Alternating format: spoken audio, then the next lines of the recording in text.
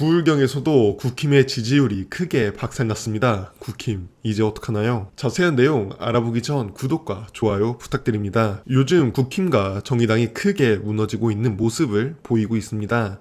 특히 오늘 부울경에서 국힘 지지율이 폭락한 것을 확인할 수 있었습니다. 심지어 저는 이게 오타가 아닐까 싶을 정도였는데요. 여론조사 공정에서 국민의힘에 대한 PK 지지율이 절반가량 하락한 것을 공개했습니다. PK 지역 국민의힘 지지율은 10월 첫째 주에는 45.5%로 나타났지만 이번 10월 셋째 주 PK 지역 국민의힘 지지율은 25.2%로 나타났습니다. 이게 PK에서 가능한 수치일까 극히 놀라울 따름입니다. 이는 강서구 청장 보궐선거 참패로 인한 영향으로 보입니다. 윤석열 정부와 국민의힘 김기현 체제에 의구심을 가지기 시작한 것이죠. 이어서 정당 지지율은 더불어민주당이 국힘을 크게 앞섰습니다. 내년 4월 총선에서 어느 정당 후보에게 투표할 것이냐는 질문에 민주당에게 투표하겠다는 응답이 45.0%로 나타났습니다.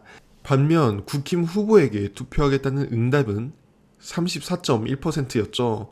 결국 두 정당 간 격차는 10.9%포인트나 크게 나타난 것이죠. 또 이번 조사에서 중도층의 마음도 변화되고 있다는 사실이 드러났습니다. 중도층의 35.4%가 민주당 후보에게 투표하겠다고 밝혔습니다.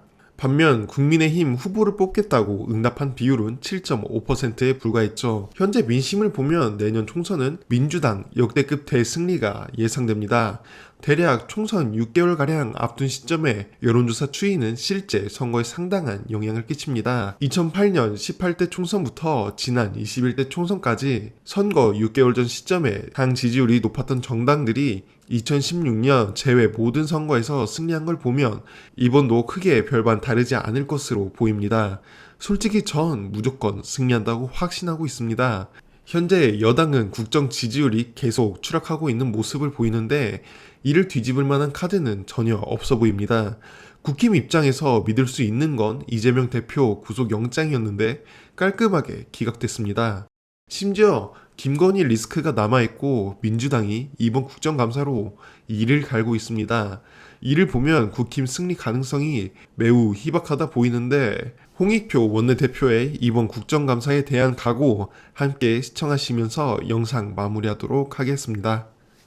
네, 더불어민주당은 국정감사를 통해 윤석열 정부 실정의 진상을 밝히고 경제와 민생이익 국복을 위한 대안을 제시하는 데 집중하고 있습니다.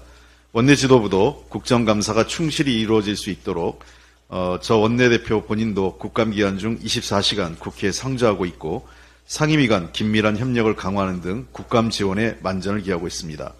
더불어민주당은 철저한 자료 분석과 조사로 사실에 근거한 국정감사, 최상병 사망사건 외압 의혹과 오송 지하차도 참사 등 여러 위원회가 연관된 사안에 대해서는 유기적이고 심층적인 협력으로 진실에 접근하는 국정감사가 되도록 할 것입니다.